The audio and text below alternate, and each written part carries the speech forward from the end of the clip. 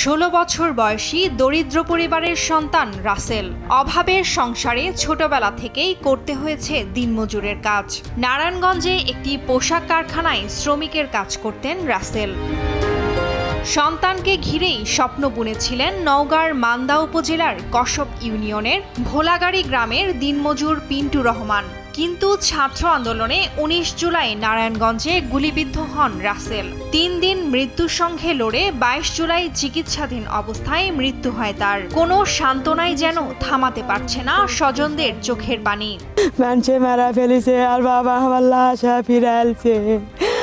টাকার অভাবে আমার ছেলে কাজত গিয়েছিল নারায়ণগঞ্জে, সে গুলি খেয়ে মারা গেছে।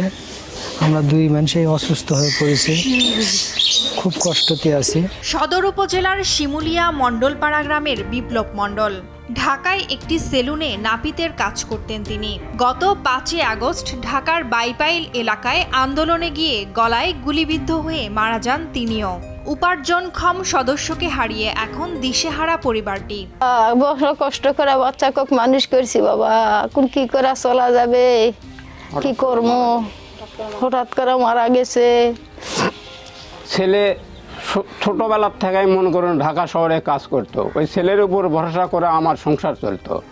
তা হঠাৎ করে ছেলে মারা যাওয়ার কারণে আমি খুব অভাবের মধ্যে পড়ছি এবং ঋণগ্রস্ত হচ্ছি।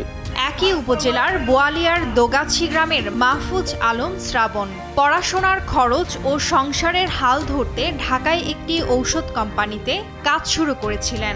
গত 5 আগস্ট বুকে গুলিবিদ্ধ হয়ে শ্রাবণের মৃত্যুতে এখন দিশেহারা তার পরিবার।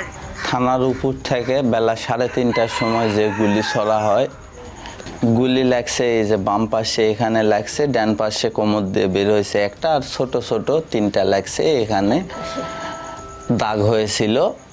আর এই গুলিটা বাম পাশের গুলিটা একদম এপার ওপার হয়ে একদম এই কোমরের হাড়ের এই যে কানি ভাঙ্গে বের হয়ে গেছিল, মানে মাংস একদম ইয়া হয়ে বের হয়ে গেছিল। বাবা গেছিল সংসারের হাল ধরার জন্য এবং তার লেখাপড়া খরচ চালানোর জন্য।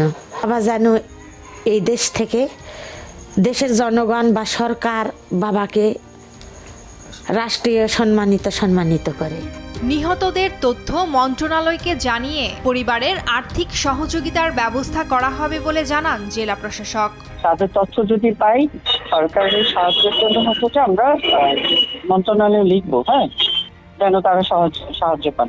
নিহতের পরিবারদের সরকারি সহায়তা ও হত্যায় জড়িতদের দৃষ্টান্তমূলক শাস্তির দাবি পরিবারসহ স্থানীয়দের। নিউজ ডেস্ক, দেশ টিভি।